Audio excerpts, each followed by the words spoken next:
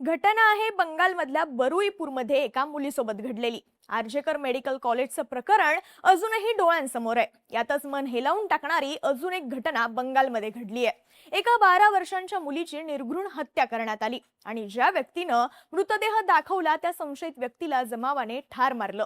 यानंतर जमावाने संतप्त होऊन पोलिसांच्या गाड्या सुद्धा फोडल्या।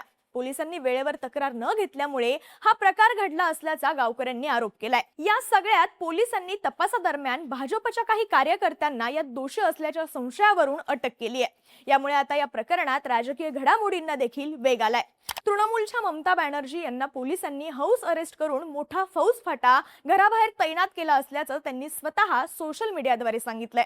पण ममता यांना हाऊस अरेस्ट करण्यामागे नेमकं कारण काय आहे?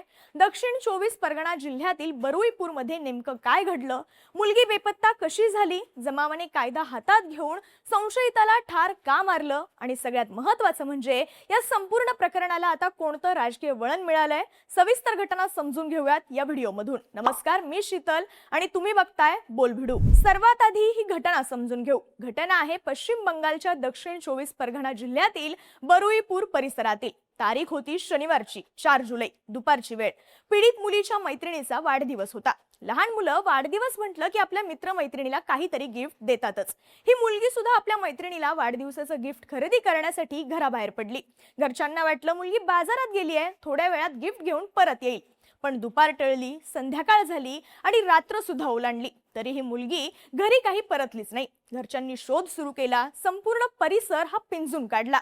नातेवाईकांकडे विचारलं, मैत्रिणींच्या घरी शोधलं, पण मुलीचा पत्ता काही कुठेच लागेना। जेव्हा मुलीचा कुठे शोध लागत नाहीये हे कुटुंबाला कळालं, तेव्हा कुटुंबानं तातडीनं स्थानिक पोलीस स्टेशनकडे धाव घेतली। पोलिसांकडे मदतीची याचना केली, मात्र पोलिसांनी या प्रकरणाची गांभीर्यानं दखल घेतली नाही आणि तातडीनं तपास सुरू केला नाही असा आरोप पीडितेच्या कुटुंबानं केला।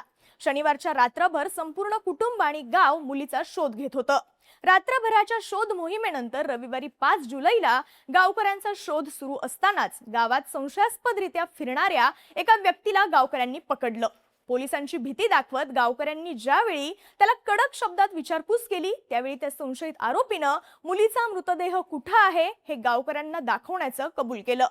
त्या संशयितांना दाखवलेल्या निशाणीनुसार गावकऱ्यांनी सुरजियापूर हट परिसरातील एका स्थानिक तलावाकडे धाव घेतली। त्या तलावाच्या पाण्यात शोध घेतला असता अखेर त्या मुलीचा मृतदेह सापडला। मृतदेह तलावातून बाहेर काढण्यात आला। यावेळी गावकऱ्यांनी असाही आरोप केलाय की पीडित मुलीवर अत्याचार करण्यात आला आणि त्यानंतर तिची निर्घृणपणे हत्या करण्यात आली। मात्र पोलिसांनी अद्याप गावकऱ्यांच्या अत्याचाराच्या आरोपांना दुजोरा दिला नाहीये। पोलीस प्रशासनाचं म्हणणं आहे की मृतदेहाचं पोस्टमॉर्टम झाल्यानंतरच मृत्यूचं नेमकं कारण आणि इतर बाबी या स्पष्ट होतील। त्या पीडित मुलीचा मृतदेह जसा तलावातून बाहेर आला तसा गावकऱ्यांचा संतापही उफाळून आला। यातच ज्या संशयित व्यक्तीनं तलावाचा पत्ता सांगितलेला त्याला पोलिसांनी ताब्यात घेण्यापूर्वीच संतापलेल्या जमावानं घेरलं। लोकांनी कायदा पूर्णपणे आपल्या हातात घेतला आणि त्या संशयित आरोपीला लाथाबुक्क्यांनी तसंच काठ्यांनी मारहाण करण्यास सुरुवात केली। हा मार इतका भयानक होता की त्या संशयित आरोपीचा जागीच मृत्यू झाला। पण गावकऱ्यांचा राग अजूनही शांत झाला नव्हता। मुलीच्या मृत्यूची बातमी वाऱ्यासारखी संपूर्ण बरुईपूर भागात पसरली।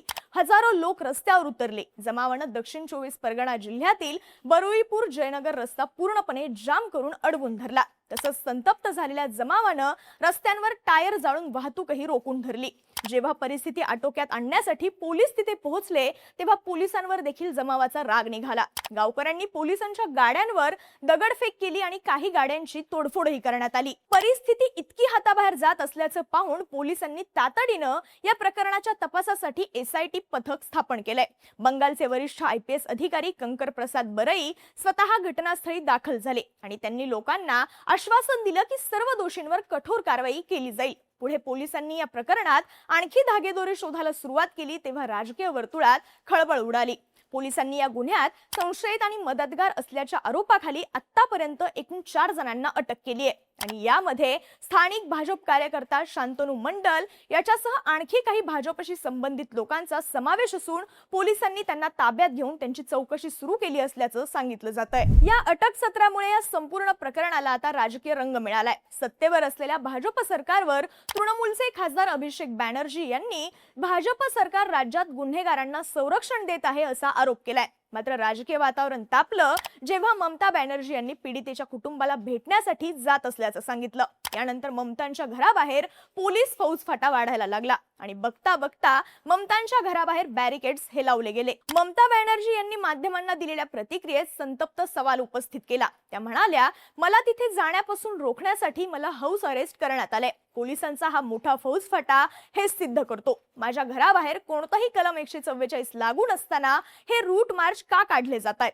इथे इतक्या मोठ्या संख्येने पोलिसांची आणि केंद्रीय दलाची गरज काय आहे? हे सगळं आता अत्यंत धोकादायक पातळीवर पोहोचलं असून सर्व मर्यादा ओलांडल्या गेल्या आहेत. तृणमूल काँग्रेसने या घटनेमुळे भाजप सरकार राज्यात सुपर इमर्जन्सी म्हणजेच अति आणीबाणी आणत असल्याचा आरोप केलाय. एका माजी मुख्यमंत्र्यांना, लोकनेत्यांना पीडित कुटुंबाचं सांत्वन करण्यापासून रोखणं ही हुकुमशाही असल्याचं म्हणत तृणमूलचे खासदार साकेत गोखले यांनी भाजपावर टीका केली आहे. आता सरकार आणि प्रशासनाचं यावर काय म्हणणं आहे? तर पोलिसांच्या मते बरुईपूरमध्ये मोठा हिंसाचार झालाय. तिथे एसआयटी तपास करतेय आणि कायदा सुव्यवस्थेची परिस्थिती अत्यंत संवेदनशील आहे. अशा वेळेस जर व्हीआयपी नेत्यांनी तिथे भेट दिली तर कायदा सुव्यवस्थेचा प्रश्न हा अधिक बिघडू शकतो आणि तपास प्रक्रियेत अडथळा येऊ शकतो. या सुरक्षेच्या कारणास्तव आणि परिसरात शांतता राखण्यासाठी ममता बॅनर्जी यांच्या सुरक्षेचा आढावा घेत त्यांना तिथे न जाण्याचा सल्ला हा देण्यात आलाय. त्यामुळे त्यांच्या घराबाहेर बंदोबस्त वाढवण्यात आला असल्याचं पोलिसांचं म्हणणं आहे. आता या सगळ्या परिस्थितीमध्ये सुरक्षा व्यवस्थेचं अपयश आणि कायदा हातात घेऊन जमावानं केलेली आरोपीची हत्या यामुळे वातावरण पेटलंय. त्यातच ममता बॅनर्जी यांना हाऊस अरेस्ट करून पीडित कुटुंबाला भेटण्यापासून अडवल्याबद्दल भाजपवर आणि स्थानिक प्रशासनावर या प्रकरणाला राजकीय वळण देत असल्याचे आरोप केले जात आहेत. आता या संपूर्ण प्रकरणाबद्दल तुम्हाला काय वाटतं? तुमचं मत कमेंट करून नक्की कळवा आणि माहितीपूर्ण व्हिडिओज पाहण्यासाठी बोलबिडूच्या YouTube चॅनेलला सबस्क्राईब करायला विसरू नका.